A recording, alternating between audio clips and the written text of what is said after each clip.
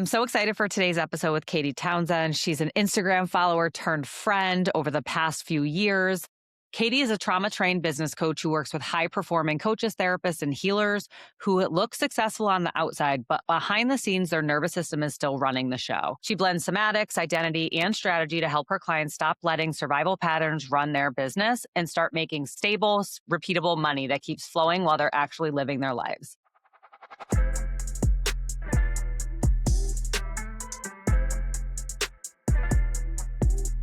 Well, I'm so excited to have you on today because we've been internet friends for, I don't know, it's probably been a few years. I think Oh, that's like how you 4 guys or know 5. each other? Yeah, we know each other through Instagram. Oh. Oh my God, that's so funny. Okay, great. This is so interesting. Let's go. Yeah, so we've, messaged back and forth for a few years, and she does some really interesting stuff. In the behavioral health space that I would say is non-traditional, but certainly stuff that we talk about comes up. I mean, and you're a woman in recovery, which I think really blends perfectly with everything. So take us back a little bit into what drew you to the population of working with overfunctioning women. Is that your own personal experience? Is that something that you observed in your life, in other people's lives? Tell us a little bit about it. Definitely from personal experience. It was, 15 years ago, I would not have used the word over functioning. But when I was 24 and went back to school, I was just getting sober, brand new mom, and finishing up a year of therapy. You know what I mean? And starting to like really get back into that place where my self-esteem was up and I was like ready to go. I was ready to rebuild my life. And I went back to school to become a therapist. And during that time, I thrived. I did really well, right? Like working 60 hours a week in substance use as a behavioral health technician, working my way up, because I'm going to be the therapist. So I'm going to work my way up from the bottom to the top, being a single mom, going to school, getting all the A's and just kind of not realizing at the time, but trying to overcompensate for all of the shame that I had from my past of going through 10 years of heroin addiction. Like I was broken and homeless and pregnant when I came in to recovery. And so a year of like, okay, I can get my life back on track. Let's go for it. So for the next 8 years of excelling and hitting every goalpost and then moving it further, you know what I mean? Working in every single capacity. Not only was I going to school, doing internships, because we all know how difficult that is, right? Like the internship with the schooling, as well as working 40, 50 hours a week because I had no boundaries. You wanted me to do it. I was going to do it. I was going to show you what an excellent employee I was, right? Like, no problem. You want me to run that group? You want me to stay after? You want me to do this? I'll do it. And then also being like, oh, I need to make extra money starting a side hustle, making jewelry and selling that on Etsy. Like, I don't even know how I did everything I was doing, but there was a point in like the 7th year of school, right before I was about to graduate, where I just crashed out like hardcore and I burnt out. And I remember sitting in my car before going into work and I was just crying. And I was like, how am I going to do this today? And I don't know if anybody's ever experienced that burnout before of just like being like, how the hell am I going to face this day? I don't have it in me, but still having to go anyway and do it. At that point, I realized I was in that cycle of overfunctioning and it was driven from these deep imprinted stories of shame and insecurity from my past. And that was when I started to do the work around this and get familiar with nervous system work, parts work, and applying it to myself. And then eventually leaving my career that I was so excited to have, right? Like I was like, oh my God, I got the promotion. I'm the primary therapist. This is everything I wanted. They're offering me more money. And I was like, I'm sorry, I have to stop. I can't do this anymore. This isn't where I want to be. I can't take care of my mental health and do what I need to do. And also, I just felt super capped in my income and my ability to help people. And I wanted to help more women specifically. And so that was when I started my coaching business. And it's been a journey of just uncovering and reclaiming and healing ever since then so that I don't shift back into those patterns of overfunctioning and burnout. I think so many people are probably listening and identifying with Uh-huh. things you're saying because Molly and I talk about this all the time. You get sober, and then there is a large percentage of us who go into the behavioral health space, right? And we go and work in the field. We want to help people the way that somebody helped us, right? And there becomes this point where you've done the work, but there are layers to that when you start then helping other people, right? And I'm wondering, are there things that you thought sobriety would fix that actually it didn't? Because we all know on this podcast that like once that's taken care of, there's all these other layers that we have to unpack. Oh, definitely. And I'm so happy that you asked that question because when I first got sober, I was doing therapy at the time and I could only meet myself at the level that my nervous system and my body were ready to process at. You know what I mean? So like there was only so much that I could touch and go into. And that's a good thing, right? Like you don't want to just dump it all at once. You can't heal it all at once. There has to be a process of being in new experiences, seeing what happens, learning and growing from that, getting the support and the help. And in the beginning, the 12 steps after I left treatment were great. Like that was amazing. That was what I needed.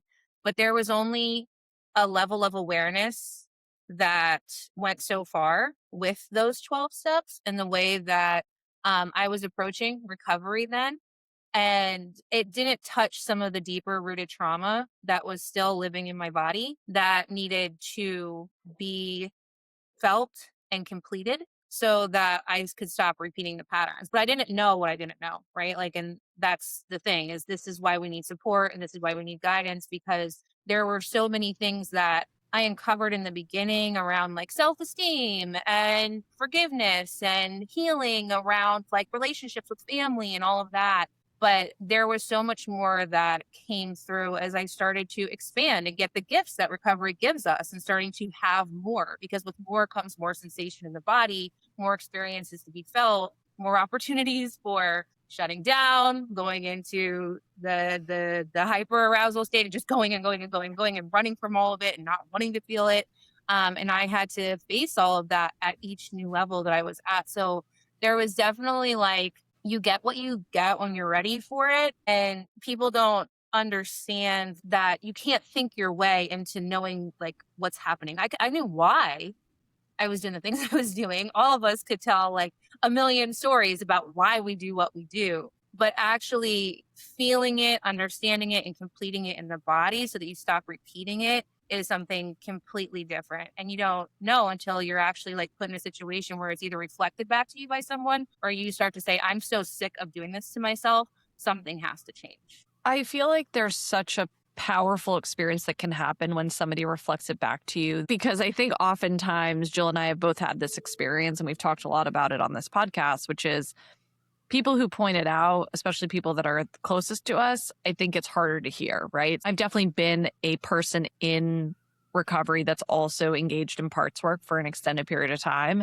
And I was sharing with somebody about this role reversal that I just did, which is a very simple practice. Essentially, someone's observing somewhere that I'm stuck. They ask me to role reverse, basically speak to myself from a different vantage point, and then come back into the seat, right? And so what that does is that I'm able to see objectively, right? Especially when you're in recovery, it's really easy to help people. And why it's easy to help people is because you're basically utilizing your own experience to then help somebody else. And so if you can get to a place where you start to unpack some of these things in parts work, you're basically doing a similar practice, except on yourself, right? So, and for this example, when I did the role reversal, I was to play recovery, right? So what would recovery say to me if I was looking at, this conflict that I was in, right?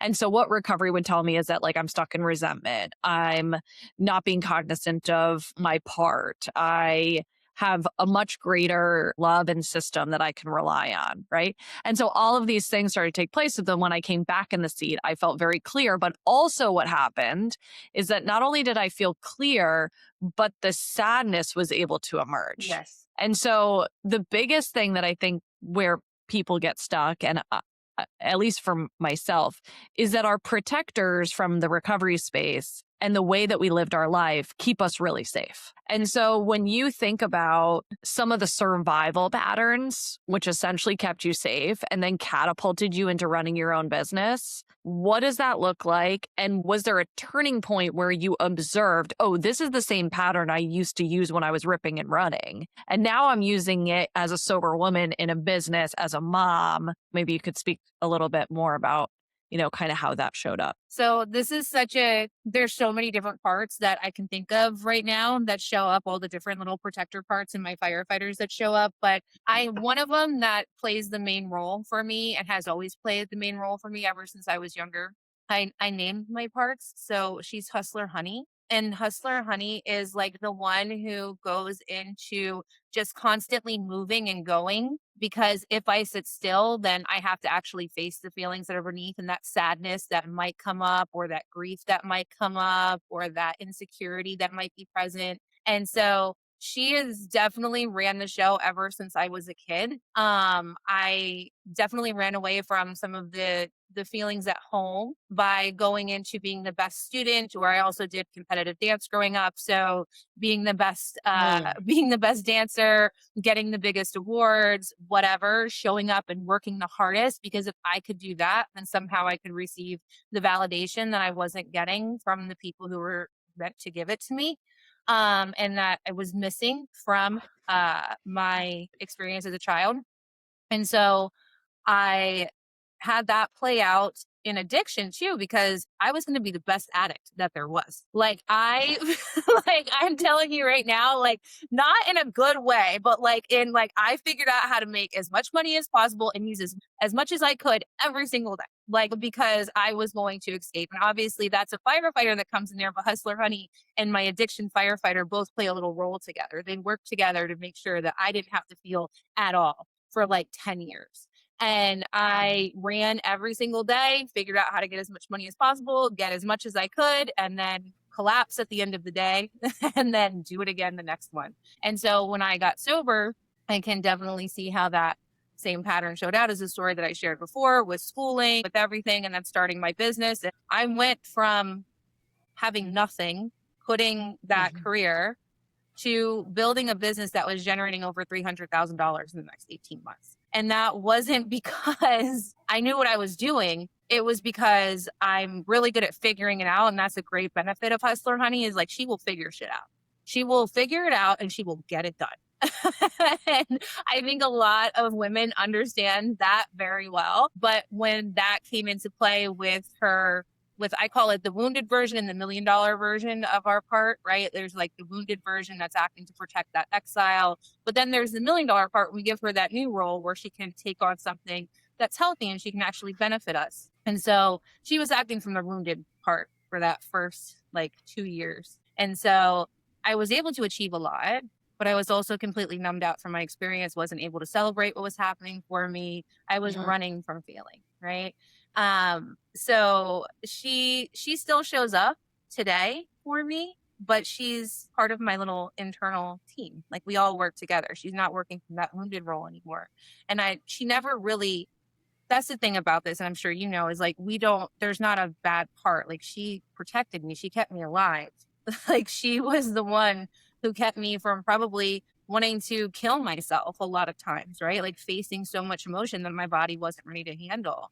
And today, from working with her and working with the little girl that she was trying to protect, now she plays a really great role in my internal team, with Self leading the discussion, where she can come in and help me get shit done. Like, we can do the things that are hard. We can show up when we don't want to. We can find the determination to finish that big project, but not in an attempt to run from feelings or just survive anymore. So if you have women listening that are hearing this example, right, mine and yours collectively, who are basically sitting there like, these two bitches have multiple personalities, can you please break down in layman's terms, because I think everyone in this room knows what we're talking about, but could you break down what parts work is for our listeners, and why it matters when you're starting to do more emotional and professional growth work? Yeah, absolutely.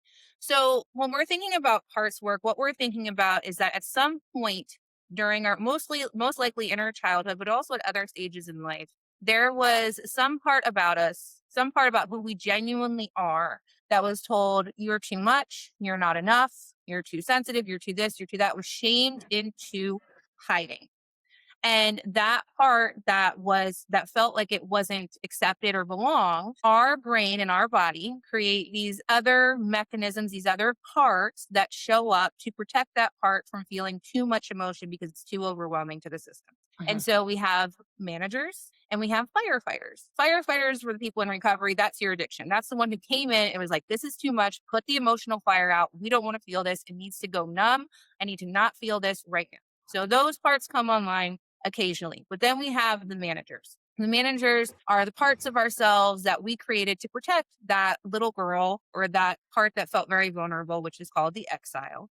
And those manager parts are the ones who are basically kind of running the show when we haven't done the healing work to bring self online. So, self is the part of us that's like compassionate, courageous, curious, playful, connected, wants to, like, that part of you when you feel so like, I'm so present with this person right now. I feel really good about who I am. Like, I feel like I could face anything, I Mm. could problem solve, I could create, I could do all the things.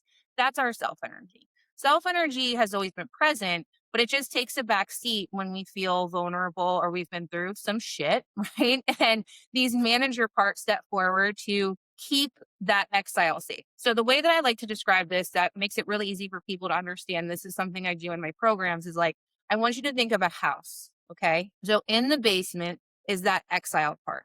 And that exiled part has been hidden and put away to protect, but they never get to come out of the basement. So they're just down there. We don't even really know they're down there. They got put away a long time ago. And then we have like the living room and the kitchen and the other areas of the house where everybody's always moving around. And most likely the people, the parts of ourselves that are on that floor are the managers and the firefighters. So firefighters are kind of hanging out, waiting for something really big to happen to put the fire out. But the managers are directing all the traffic in the house, directing everything we're doing in our life, directing all the emotions, everything. And then self got locked in the attic because self wasn't trusted by the other parts because they're like, you did a shitty job protecting us. So we don't really want to have you in the show because you weren't there when we needed you. So they think. And self is in the attic, the exile part is in the basement. They never communicate. And basically, what's happening is our managers and our firefighters are running our lives. Our goal is to take Such a good example. our- Truly, such a good example. so our goal is to take self out of the attic, put it in the living room, start connecting with the managers and the firefighters, having conversations, building relationships with them. So they start to trust us. And then we get to go into the basement and we get to free that exile from that basement, bring it on to the living room floor. And now we all get to work together as a team where self is running and managing our life and not all these other parts that we didn't even know existed before we started this work. I mean, that's such a great I might steal that Yeah, honestly go for my ahead. therapy Take clients. I it. Take might it. Have fun with it. um I use parts work in the EMDR work that I do with clients. And I feel like as I'm listening to you talk about this, a lot of people, once they get to that point, whether they're in sobriety or not, I feel like what happens is we maintain with these parts and these protectors until what we're using to protect us just it stops working eventually. Right. And that is the moment that you either crash out or you do something about it. It's like the pivotal moment, right? Where somebody you have to ask for help at that point because it's not even a logical moment of like, because a lot of people that come to me, they are successful objectively. And we talk about this a lot, like they're making the money, they have the family, they have the stability. Like on paper, everything should be fine. So I think there is a shame to present with, why am I crashing out? What is wrong with me? Why do I want to burn everything to the ground and walk away from the success that I've built, right? And a lot of times I have to reflect back, your protectors have stopped working for you. Like you have come to a point where we have to recognize that something else is happening under the surface and trying to come up because you're ready to face that now. And there's always this fear of facing it because although it's subconscious, there's a part of us that knows there's that little thing that we have to look at, right? There's that big thing or whatever. And so I'm wondering when women come into your program and you're coaching them, How do you walk them through that fear of looking at it? Because for us, I'm sure all the women you work with are not in recovery. And I think for us, when we're talking about doing the work, we're kind of used to that. When you come into recovery and you have the desire to to not keep doing what you were doing, like you'll do whatever somebody says. But for somebody who doesn't have that experience, there's a lot of fear there of doing the work that I find. Yeah, absolutely. And there's also a lot of protectors that show up when you try to go there, right? Like they're Mhm. like, absolutely not. We're not doing that. And so I get a lot of over intellectualizing from my Oh clients. yeah. Because many of the women I work with, so there's like, it's weird because right now there's two sets of people because I have started doing substance abuse work again with clients. And for a while there, I was working with an all male population. So we could talk, I could talk about that forever. But like, so I have two sets of people to compare from, right? Like it's almost, I almost want to say it's harder with the women who have done a lot of work. Cause I work with coaches and therapists specifically and like healers and somatic practitioners and stuff like that, and they think I love you guys, but they think they know everything. You know what I mean? Like they think they have a protector part that thinks they know everything. Like, oh, I already know this, or I've done this work before, or I've Mhm. already looked at Mhm. that. And they can explain their patterns to me and why they do things like a Harvard professor. And I'm like, that's amazing. But can we just stop and actually look at what you are trying to protect by analyzing and telling me all of these things, right? Like, I get that you can tell me about your patterns and why you have them, but why are you continuing to repeat them? What are you scared will happen if you will stop? And then that's when the conversation starts to go a little bit further, a little bit further. I don't really I think that the women I work with want to categorize it as fear of facing it because they have faced so much stuff in their lives, but they don't even realize that the intellectualization, the thing that makes them a great coach and therapist, is the exact thing that's stopping them from getting deeper and connecting with the exiled parts inside of them that are using this protection pattern to stop them from feeling the much bigger emotions. And so in the coaching, it's a process of getting to know those parts, figuring out even acknowledging that they even exist, right? Creating that separation from self and that part that work together. Like she can't even tell where self ends and that part begins. So creating that little bit of separation and then going deeper into the actual, I call it an inner child retrieval in the work that I do. But and everybody has a different way of using this, but we kind of have fundamentals across the line of how we do this work. But getting to the point where I can even access that inner child usually takes like 6 to 8 weeks.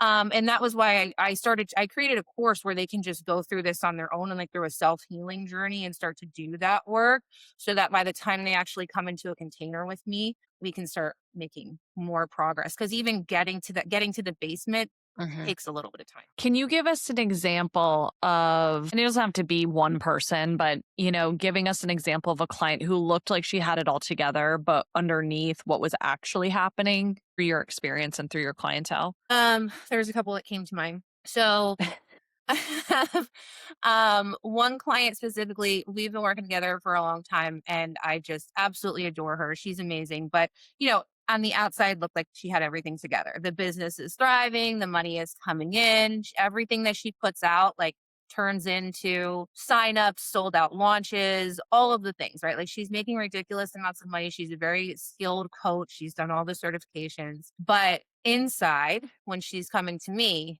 there is just this constant anxiety that it's all going to fall apart. It's never Mm, enough. I need more. Mm. She would hit $100,000 in 2 month goal and then be like, it's not enough. Look at this person over here making X amount of dollars. Or, oh my God, I had to spend all this money over here and invest over here. So now I need to go into hyperdrive, selling harder, posting more, and push herself into that hustler honey. But then she also had who I call Doomsday Donna, is that everything's going to fall apart, everything's going to go to shit. As soon as a client, like if a payment didn't go through or there was a quote unquote complaint, not even a complaint, just a little bit of like rupture in a relationship that had to be repaired, she would go into fawning, taking over responsibility for that, not being able to address it, making it all about her, thinking that she's terrible. The imposter syndrome, the self doubt would kick in, right? And she wasn't even able to like experience the joy because the joy felt very vulnerable for her. The joy and the celebration and the goodness of what was happening in her business felt so vulnerable because she thought it was going to be ripped away. And we found Mm. that out after going into childhood experiences of being overly criticized by parents, never measuring up to standards. She was like one of seven kids, right? So like always feeling invisible, never feeling like she mattered, feeling like she had to work really hard to get the attention and the responsiveness from people, but still even then it was never enough. So hence the I have so much, but it's never enough mentality, no matter it was with money or clients or recognition or client testimonials or whatever, like the work that she was doing. Um, so getting into the container over the past, we've worked together now for probably a year and a half. And in doing that, she's actually able to slow down now. She's actually able to celebrate. We've started to give these parts new rules that actually support her instead of burning her out. Cause just like Jill said, like those things worked for a period of time, but they were not Mhm. working at this new level that she was at. Right, right, They right. were Right. literally killing her. Like she was having Yeah. physical symptoms, chronic illness stuff was showing up. Like we had to really go into getting down to those exiles and liberating them. And there's more than one, right? So we've done a lot of work around a few of those between childhood, teenage years, and early adulthood and relationships. And now she can actually like celebrate her success. She's not measuring her worth based off how much money she's making. She's not measuring her worth based off of clients' results. And that's actually Mhm. giving her the freedom to experience that joy that felt so vulnerable before, celebration that Mm. felt so uncomfortable before. And so not only is her business expanding more than it has, but she's also, I don't want to say working less, but she's carrying less of an emotional load every single Right, day. right. I hope that this is resonating with people because I just have this thought in my head of all the conversations that I've had really over the past couple of years with a lot of people in this field as they tell me how exhausted they are, like the grind that they're in, like they don't know if this is where they want to be or this is what they work so hard for. And it's like reflect back, you almost have to reverse engineer from your nervous system of how do you want to feel, right? And Yeah. how do you want to show up? I mean, as you were talking about celebrating, I remember some work I did years ago where I've really brought that into my team environment where I make sure that we pause and we recognize like new achievements that we hit, positive, success with clients, like because I worked in agencies, if you look at it from a systemic level, I've worked in those where it's just a grind. You Yeah. never stop to say, "Oh my god, like this client came back and is still sober 18 months from, or, you know,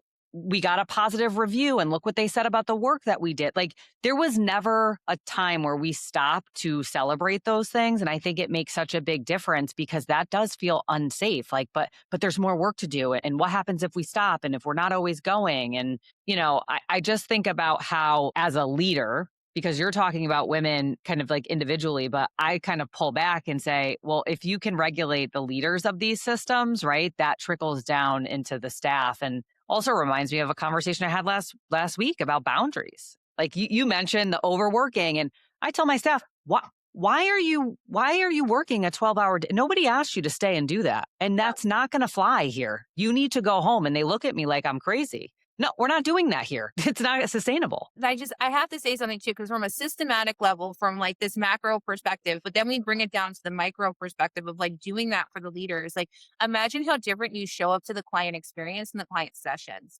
Because when you're not constantly in a place where you're looking for deficits or why things aren't working, you can actually celebrate the strengths of the clients. And I know sometimes it's really difficult in substance abuse because we get so programmed in this like, oh, like we just see so many times it not working. We feel like it's not working. Not that it's not, but we have this perception that it's not working because we're looking for, and I've worked in a lot of substance abuse facilities over the last 15 years. So like I am seeing the old paradigm of this playing out where it's like that's a disease behavior and that's an addictive behavior and they're being manipulative and they're being this. And I think so many times when the clinician is dysregulated and overworked and playing out these patterns within themselves, they're looking at their client from the Mhm. lens of, well, they're not working hard enough, they're not doing the work, they're playing out these manipulative behaviors, they're attention seeking, they're lying, whatever. Like, and I'm just sitting there and I'm thinking about what a disservice to the client when we're showing up to sessions that way because we're not celebrating the strengths and the progress that they're making. If we can't even recognize the little micro shifts that are happening on a day to day basis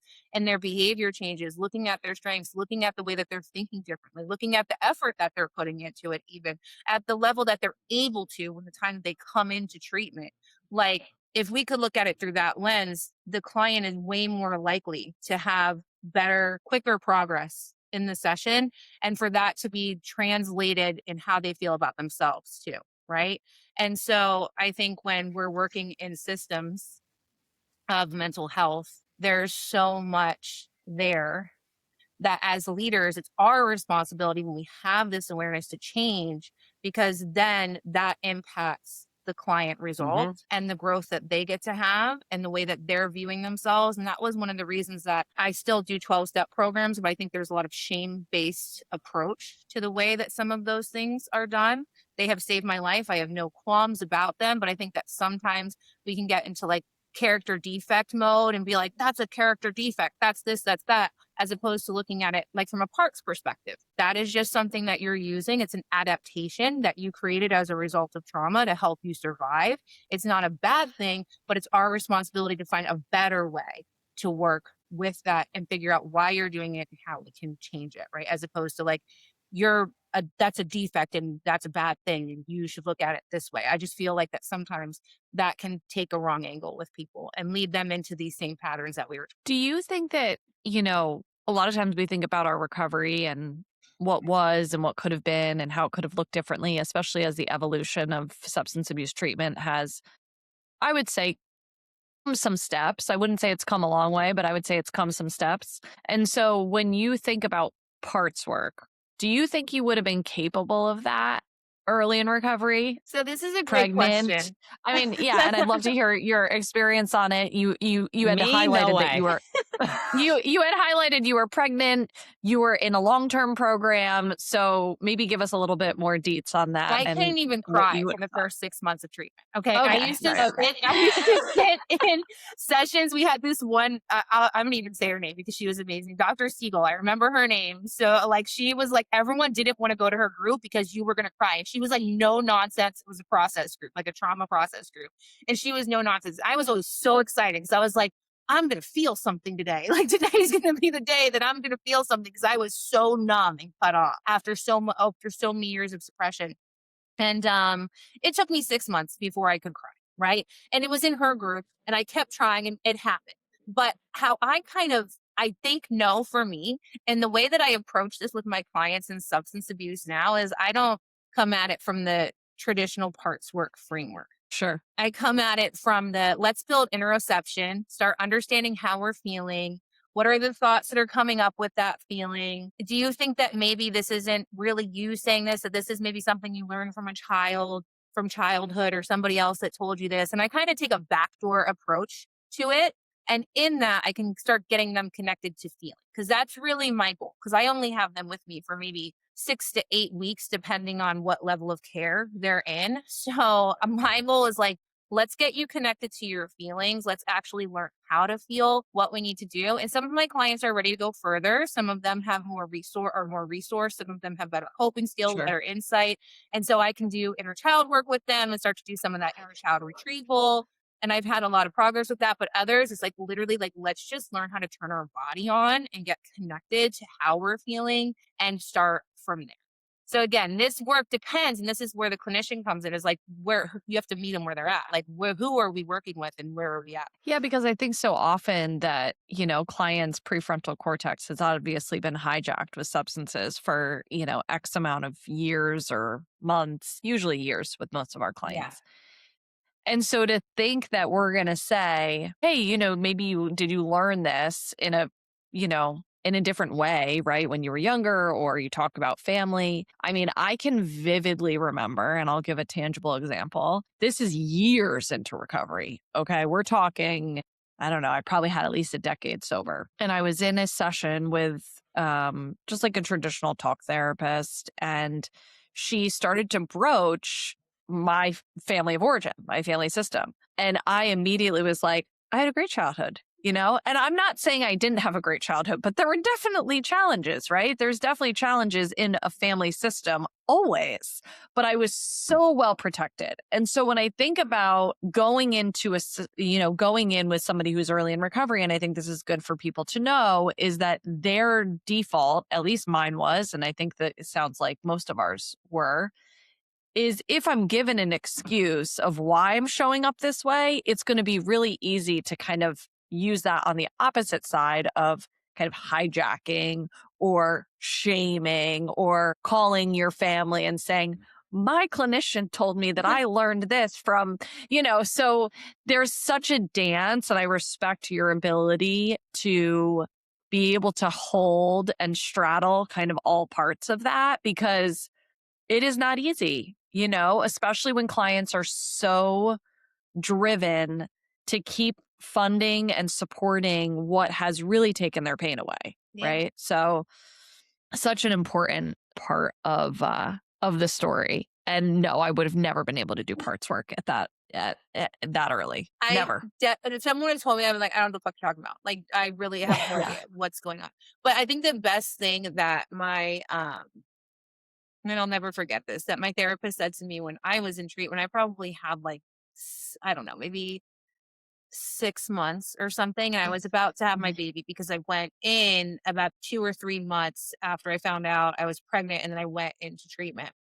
And I was going over some trauma that happened right before I'll come into treatment.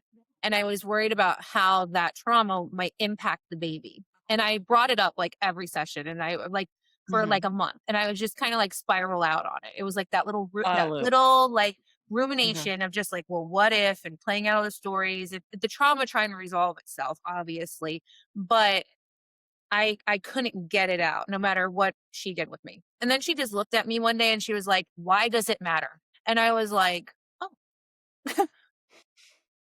She's like, "If you had the answer to that question, would it change anything?" And I was like, "No, I guess it wouldn't." And she did it in like a very n- nice confrontational way, but I appreciated it because it was what I needed to disrupt that pattern in my brain and in my body of like cycling this thing. And I was like, you know what? I guess it doesn't matter why. And she's like, okay, so what are we going to do next? And she took a very solution focused approach with me. And I appreciated that. And that worked really well for me in that moment, because sometimes we get into that intellectualization of like, why? Why did it happen? What can I do to change it?